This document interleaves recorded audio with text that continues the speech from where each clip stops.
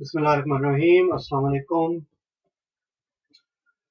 और सीसीएनपी राउट की जो हमारी नई सीरीज के लेक्चर नंबर 3 के साथ आप सबको खुशामदीद कहते हैं। हमारा लेक्चर नंबर 3 जो है वो हम अब स्पेसिफिकली, जो कि मैंने आपको पिछले लेक्चर में बताया था कि हम जो नए सीसीएनपी राउट के एग्जाम में जो टॉपिक्स ऐड किए गए हैं उनको हम इस सीरीज के अंदर देखेंगे। और उसमें सबसे पहले जो हम डिस्कस करेंगे वो है जीआरई टनल। सो हम देखेंगे कि what is GRE tunnel and कहाँ पे ये यूज होती है, और इसकी एक छोटी सी लैब भी करके देखेंगे कि जीआरई टनल को कॉन्फ़िगर कैसे किया जाता है और रियल वर्ल्ड में उसका यूज क्या है। तो सबसे पहले तो what is GRE tunnel? Developed by Cisco very very long time ago. Basically GRE tunnel is an IP in IP encapsulation, जिसमें आप एक आईपी पैकेट को इनकैप्सुलेट करते हैं अनदर आईपी पैकेट के अंदर। एक दूसरा एक और आईपी पैकेट इसके ऊपर इनकैप्सुलेट होता है। दूसरी सबसे बड़ी खासियत जो जीआरई टनल की है वो ये है कि ये मल्टीपल डिफरेंट ट्रांसपोर्ट मीडियम्स को इनकैप्सुलेट कर सकता है, लाइक मल्टीकास्ट, लाइक IPv6। ये भी जीआरई टनल के अंदर ट्रांसपोर्ट हो सकता है। The way to define it, basically GRE जो है वो मोस्टली इस्तेमाल होता है to exchange a private information. तो आपके इंफ्रास्ट्रक्चर में ये अलग से एक राउटर लगा हुआ है जो कि यहाँ पे इंटरनेट से कनेक्टेड है। तो ये हमारा जो है वो इंटरनेट का क्लाउड है।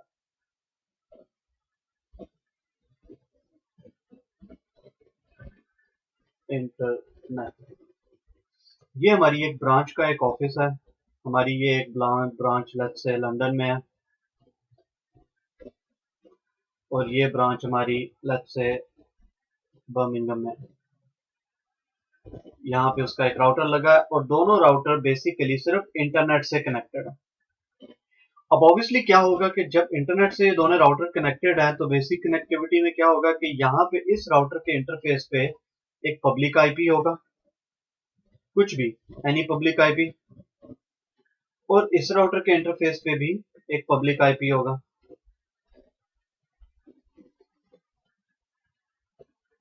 अब ये दोनों राउटर आपस में कम्युनिकेट तो नहीं कर सकते। हाँ, ये पब्लिक आईपी एड्रेस को पिंग जरूर कर सकेंगे, बट इनके पीछे जो नेटवर्क्स हैं, इसके पीछे जो इसकी लैन है उसका एक नेटवर्क होगा, वो एक दूसरे को ये रीचेबिलिटी वाइज एक दूसरे से ये कनेक्ट नहीं कर सकते। तो सबसे बड़ी जगह जो जहां पे जीआरई टनल सबसे ज्यादा जो इस्तेमाल किया जाता है वो इस जगह पर किया जाता है कि जहां पे आप किसी सर्विस प्रोवाइडर को, या तो आपके पास इतने इन्वेस्टमेंट नहीं है कि आप एक लीज लाइन अफोर्ड कर सकें और एक T1 E1 या MPLS का सर्किट अफोर्ड कर सकें, because they are little bit expensive. या तो ये रीजन है कि आप अपने जो ब्रांच है उसको आपने सिर्फ एक नॉर्मल DSL इंटरनेट की लाइन जो है वो अपने किसी भी लोकल प्रोवाइडर से आपने लेके दी हुई है, और आप चाह रहे हैं कि आप उस इंटरनेट लाइन को यूज करके दोनों तरफ आप एक्चुअली ये जो पीछे आपके प्राइवेट एड्रेसेस जो लैन में यूज हो रहे हैं 10.0.0.0/24 could be here, and you could have 192.168.0.0/24 here. So आप ये चाह रहे हैं कि आपकी ये दोनों लैंस आपस में बात कर सकें over the internet.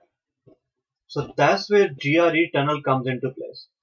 So GRE tunnel क्या करता है कि ये एक वर्चुअल टनल बनाता है between these two networks. So between these two points आपकी एक टनल फॉर्म होती है, और इस टनल के अंदर आपका ये जो डेटा जा रहा होता है बिटवीन 10.0.0.0 टू 192.168.0.0, इसलिए इसे इस it creates virtual point to point link, और या इसको इस तरह भी हम डिफाइन कर सकते हैं कि it exchange private information through obviously using private IP addressing, so private information but over a public network which is internet. जरूरी नहीं है कि इंटरनेट हो, you just need a IP connectivity between the two nodes. So आपको इन दोनों routers के बीच एक IP connectivity चाहिए, but in a real world जो जहां पे GRE टनल सबसे ज्यादा इस्तेमाल होती है, वो हमारे पास एक जो मीडियम है आईपी कनेक्टिविटी का, वो इंटरनेट है। तो इसलिए इंटरनेट को यूज करके बहुत ज्यादा जीआरई टनल का काम इस्तेमाल होता है, एज अ फंक्शन उसको इस्तेमाल किया जाता है। अब आप में से जो हमारे बहुत ज़हीन स्टूडेंट्स हैं, जो बहुत ज्यादा आगे की सोचने वाले स्टूडेंट्स हैं, वो ये जरूर सोच रहे होंगे कि भी ये तो ठीक है कि हमने इंटरनेट के मीडियम को यूज करके दो प्राइवेट नेटवर्क्स को आपस में बात कराया, सो 10 के नेटवर्क को ये 192.168 के नेटवर्क के साथ हमने बात करा दी, बट क्या ये मीडियम सिक्योर है? क्योंकि ये तो इंटरनेट से जा रहा है, तो इंटरनेट पे तो कोई भी शख्स बैठ के इस इनके पैकेट्स को स्पूफ कर सकता है, इनके पैकेट्स, इनकी ट्रैफिक देख सकता है। ये कोई सिक्योर मीडियम क्या ये है? बिल्कुल नहीं, ये कोई सिक्योर मीडियम नहीं है। तो जीआरई टनल बाय नेचर बिल्कुल सिक्योर नहीं है। लेकिन क्या किया जाता है रियल वर्ल्ड में कि जीआरई टनल के ऊपर बेसिकली आईपीसेक टनल भी यूज की जाती है, जो कि इस जीआरई टनल को सिक्योर बनाती है, ताकि अगर आपकी कम्युनिकेशन, आपके ट्रैफिक के पैकेट्स किसी के हाथ लग भी जाएं, तो they will not be able to know कि आप एक्चुअल कम्युनिकेट क्या कर रहे हो।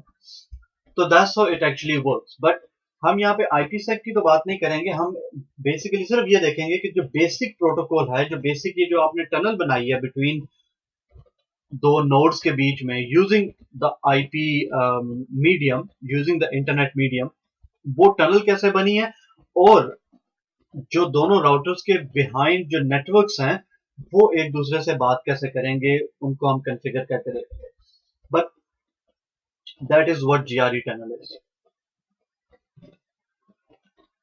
मोस्टली हमारे पास जो जीआरई टनल का एक तो यूज जो मैंने आपको बता दिया कि अगर एक ऑफिस जो है वो अफोर्ड नहीं कर सकता कि भी वो एक T1 या E1 सर्विस प्रोवाइडर से लाइन ले, या फ्रेम रिले की लाइन ले, जो कि आजकल ज्यादा फ्रेम रिले ऑब्सोलीट हो चुका है, इस्तेमाल तो नहीं होती, पर लेट्स से किसी एरिया में अगर फ्रेम रिले है और फ्रेम रिले की लाइन भी वो अफोर्ड नहीं कर पा सकता, या एमपीएलएस की लाइन भी अफोर्ड नहीं हो रही, तो वो क्या करते हैं कि वो एक डीएसएल कनेक्शन लेते हैं जो सबसे चीप होता है, इंटरनेट से कनेक्टिविटी कराई, और उस जीआरई टनल के थ्रू वो किसी भी जगह कनेक्ट कर सकते हैं।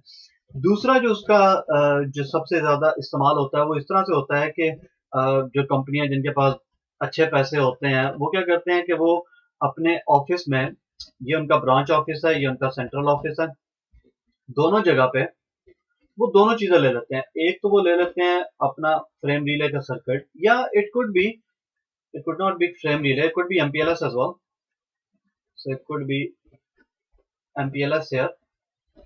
तो MPLS ने दोनों को यहाँ पे कनेक्ट कर दिया, दोनों ऑफिसेस को, पर साथ में उन्होंने ये भी किया कि उन्होंने एक इंटरनेट लाइन भी ले ली। तो यहाँ पे उन्होंने ये आईएसपी की जगह हम यहाँ पे इंटरनेट कर देते हैं,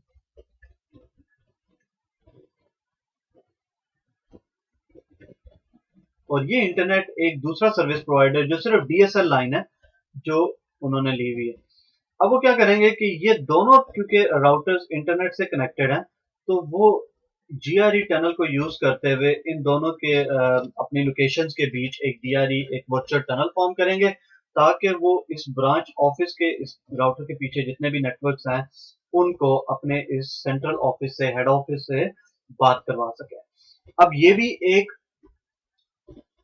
obviously it will cost less, rather than कि आप ये करें कि आप दोनों लाइनें प्राइमरी, इसको अपनी एमपीएलएस लाइन को आप प्राइमरी रखें, और आप दूसरी लाइन जो बैकअप लाइन है वो भी एमपीएलएस के थ्रू ही लें, वो आपको ज्यादा एक्सपेंसिव पड़ेगा। इस केस में क्या हुआ कि आपने एक लाइन जो है वो एमपीएलएस की ले ली, जिसे आप as a primary method of communication आप यूज कर रहे हैं, दूसरी लाइन आपने इंटरनेट लाइन, डीएसएल लाइन ले ली, जिसे आप सिर्फ एज अ बैकअप यूज कर रहे हैं, और वो आप उस टनल को जो है वो उस टनल के अक्रॉस अपनी ट्रैफिक को राउट कर रहे हैं, but purely as a backup. बाकी आपकी प्राइमरी ट्रैफिक जो है वो एमपीएलएस के थ्रू जा रही है।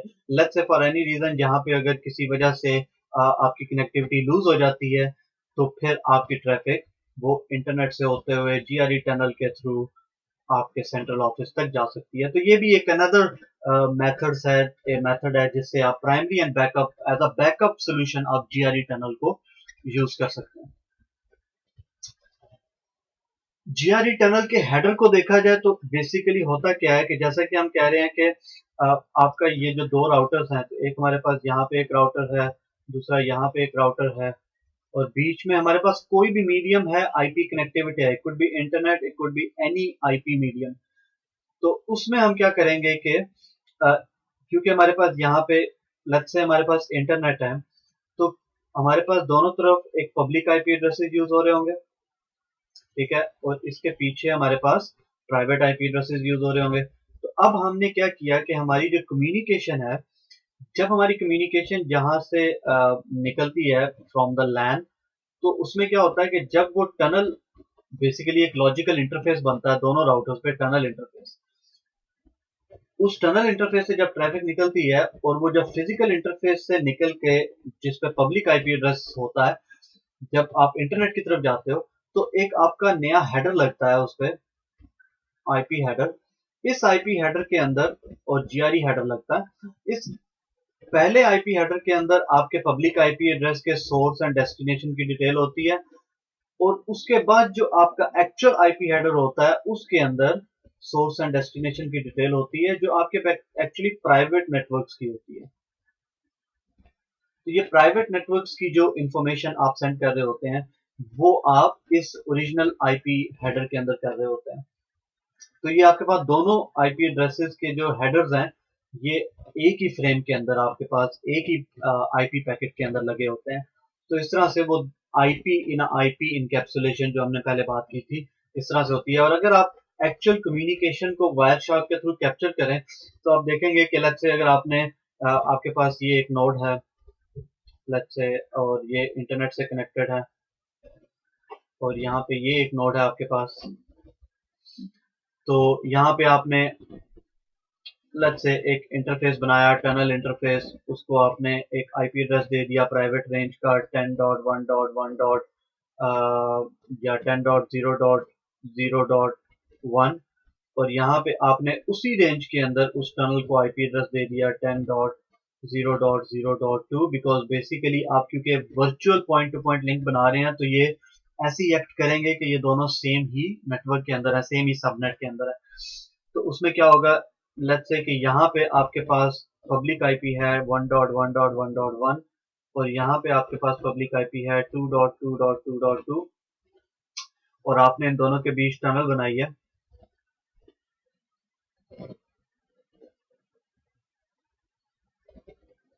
तो एक्चुअल में क्या होगा कि आपने लेट्स से अगर आपने पिंग किया फ्रॉम राउटर 1 टू राउटर 2, तो आपकी कम्युनिकेशन के पैकेट कुछ इस तरह से लगेंगे कि आपके सबसे पहले पैकेट आएगा आपके पब्लिक आईपी एड्रेस का पैकेट, सोर्स एंड डेस्टिनेशन, फिर आपकी जीआरई इनकैप्सुलेशन का हेडर आएगा।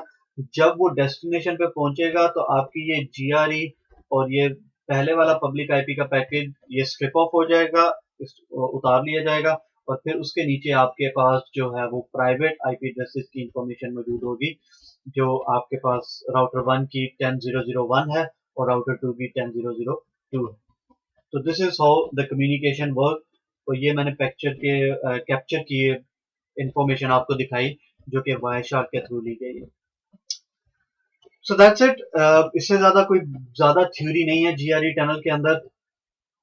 Straight forward communication private networks की ओवर द पब्लिक नेटवर्क आप करा रहे हैं।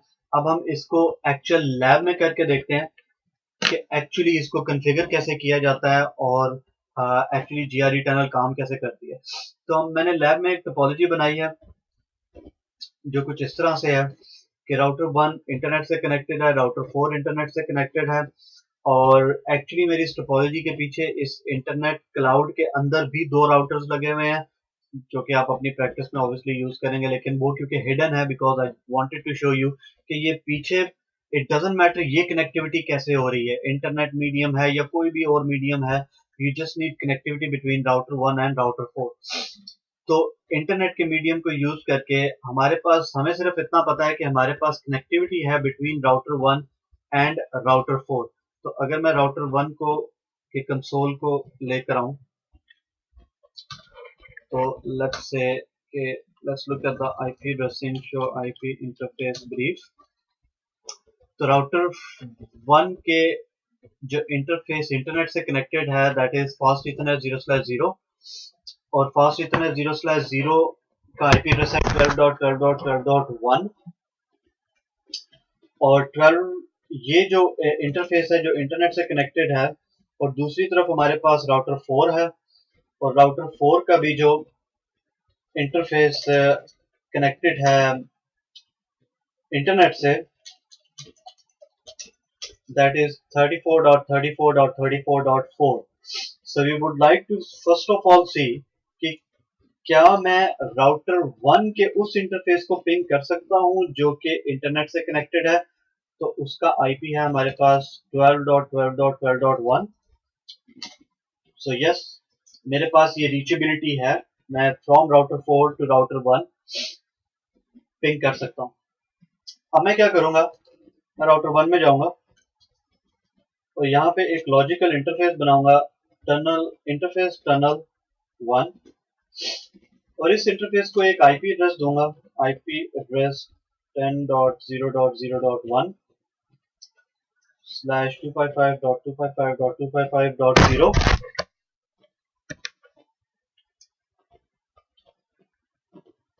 और इसमें आपको बेसिकली सिर्फ दो कमांड्स चाहिए। पहली जो कमांड होगी वो होगी टनल सोर्स। आपको बताना है कि आपको टनल किस इंटरफेस से सोर्स करनी है। तो आप कह रहे हैं कि जो भी इंटरफेस आपका इंटरनेट से कनेक्टेड है उससे आपने टनल को सोर्स करना है।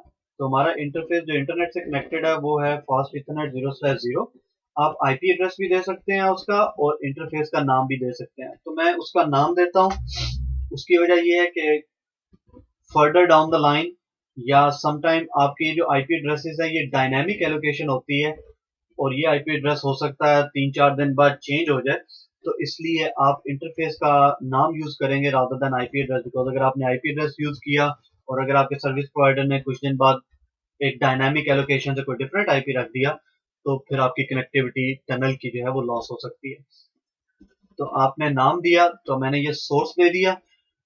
टनल डेस्टिनेशन आपको मेक श्योर करना पड़ेगा कि टनल डेस्टिनेशन जो है उसका IP address static IP address हो, वो चेंज ना हो, वो डायनामिक ना हो सर्विस प्रोवाइडर की तरफ से, क्योंकि यहाँ पे आप इंटरफेस नहीं दे सकते, यहाँ पे आपको एक्चुअल आईपी एड्रेस ही देना पड़ेगा। तो आपको आईपी एड्रेस देना पड़ेगा राउटर 4 की जो फास्ट ईथरनेट 0/0 जो कि इंटरनेट फेसिंग इंटरफेस है उसका आईपी एड्रेस आपको देना पड़ेगा। तो मैं टनल डेस्टिनेशन कहता हूं 34.34.34.4,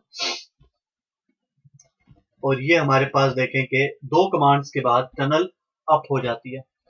अब if I show you do show IP interface brief, you will be able to see कि मेरी टनल जो है उसकी स्टेटस भी अप है और लाइन प्रोटोकॉल भी अप है। बट डज इट मीन कि क्या मेरी टनल फंक्शनल है? नो।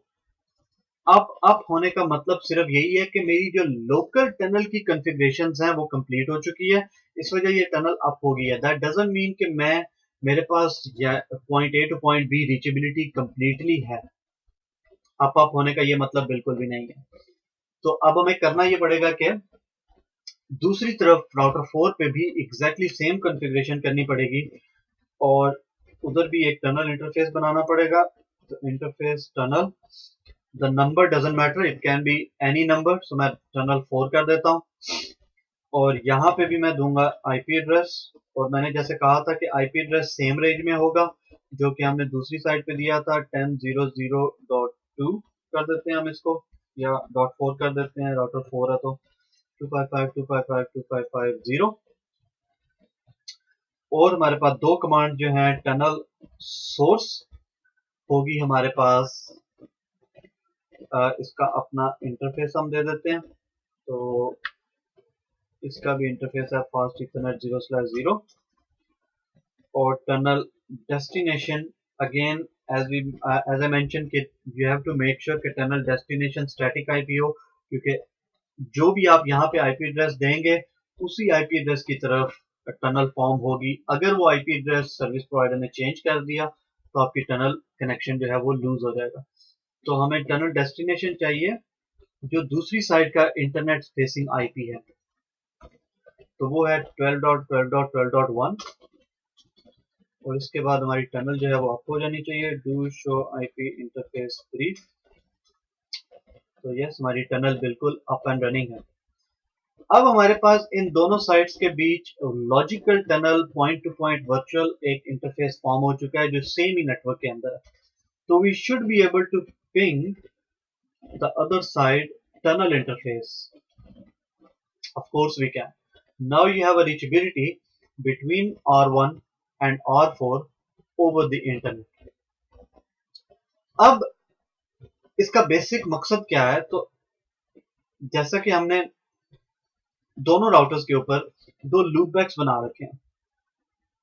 लेट्स से कि ये लूप बैक हमारे जो पीछे जो लैन लगी हुई है वो एक्ट कर रही है, एक टेस्ट के तौर पे हमने उसे लूप बैक बनाया हुआ है। और what we want to do, we want to make sure that we should be able to ping R1's loop back from R4 and R4 loop backs from R1. So दोनों तरफ हमारे पास जो loop back की connectivity है वो होनी चाहिए। इस वक्त तो वो नहीं होगी। अगर मैं देखूं आपको from R1 from R4 if I ping 1.1.1.1 तो I will not be able to ping that, मुझे unreachable मिल रहे हैं क्योंकि जब वो प्रोवाइडर के नेटवर्क पे जाता है तो उसको नहीं पता, आइडिया नहीं है कि वो कहाँ पे है।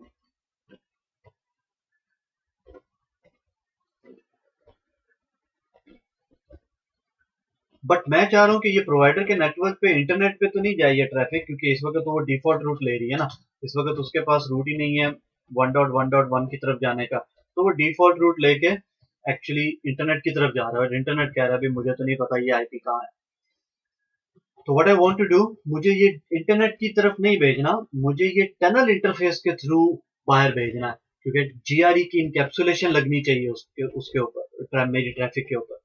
तो उसमें क्या करेंगे कि we will be able to run a routing protocol. That's the best part कि हम, क्योंकि हमारे पास एक लॉजिकल टनल बन गई है R1 और R4 के बीच, हम उस टनल के ऊपर एक राउटिंग प्रोटोकॉल रन कर सकते हैं, which means कि yes, of course, we will be able to run EIGRP, OSPF over the internet, जो कि हमारी दो साइट्स को आपस में कनेक्ट करेगा। तो what we will do, we'll run EIGRP, so router, yeah, we'll do OSPF. Router OSPF 1, or I'll say network, और मुझे टनल इंटरफेस का आईपी देना है यहाँ पे नेटवर्क 10.0 10.0.0.4 0000 एरिया 0, और इसी तरह मुझे अपना लूप बैक भी एडवर्टाइज करना है। So network 4.4.4.4 0000 area 0। Same thing on router 1, I'll do router OSPF 1 network 10.0.0.1 0000 area 0, and our OSPF neighbor has just come up, but I have to make sure कि मुझे अपना लूप बैक का जो IP है वो भी एडवर्टाइज करना है। So network 1.1.1.1 0000 and area 0। ठीक है जी। अब अगर मैं अपने राउटिंग टेबल में देखूं तो you should be able to see 1.1.1.1 via tunnel 4, not via fast ethernet. So now I should be able to ping 1.1.1.1 absolutely। अगर मैं ट्रेस राउट करूं तो क्या होगा, डायरेक्टली कनेक्टेड। सो टनल से निकला, दूसरी टनल पे पहुंचा, दूसरे साइड पे राउटर 1 की टनल पे पहुंची ट्रैफिक, और सीधी लूप बैक जो 1.1.1.1 हमने बनाया था उस पे हिट की। बीच के राउटर सब ट्रांसपेरेंट हैं बिकॉज जीआरई टनल ने उसको इनकैप्सुलेट किया हुआ है और वो आपको नजर नहीं आ रही, वो बिहाइंड द जो टेक्नोलॉजी चल रही है वो पीछे चल रही है। तो इस वजह से वो जीआरई इनकैप्सुलेशन जब दूसरी साइड पे पहुंचा तो वो जीआरई डीकैप्सुलेशन हुई, और राउटर 1 को पता चला अच्छा तुमने तो 1.1.1 पे जाना है, वो तो मेरा लूप बैक का आईपी है, और इस तरह से आपको रिप्लाई आया। So that's it, it's very short. एक हमने पूरा ओवरव्यू देखा कि व्हाट इज जीआरई, जीआरई के कहाँ पे यूज होता है, उसके फायदे क्या हैं, और उसको यूज कहाँ किया जाता है, और हमने उसकी छोटी सी लैब भी करके देखी जिसमें हमने ये देखा कि R1 R4 दोनों इंटरनेट से कनेक्टेड हैं, और हमने दोनों राउटर्स के बीच जीआरई टनल फॉर्म की, और फिर ना सिर्फ जीआरई टनल फॉर्म की, हमने उस जीआरई के ऊपर राउटिंग प्रोटोकॉल को रन किया, और दोनों साइट्स के एक एक नेटवर्क को उस अपने राउटिंग प्रोटोकॉल पे एडवर्टाइज भी कराया, और हमने अपनी रीचेबिलिटी ओवर जीआरई टनल देखी कि वो कैसी होगी। सो होपफुली आपको ये लेक्चर डेफिनेटली समझ में आया होगा, आपका कॉन्सेप्ट जीआरई टनल का क्लियर हुआ होगा। So I will see you on the next lecture. दुआ में बहुत याद रखिएगा और अपना बहुत सारा ख्याल रखिएगा। अल्लाह हाफिज।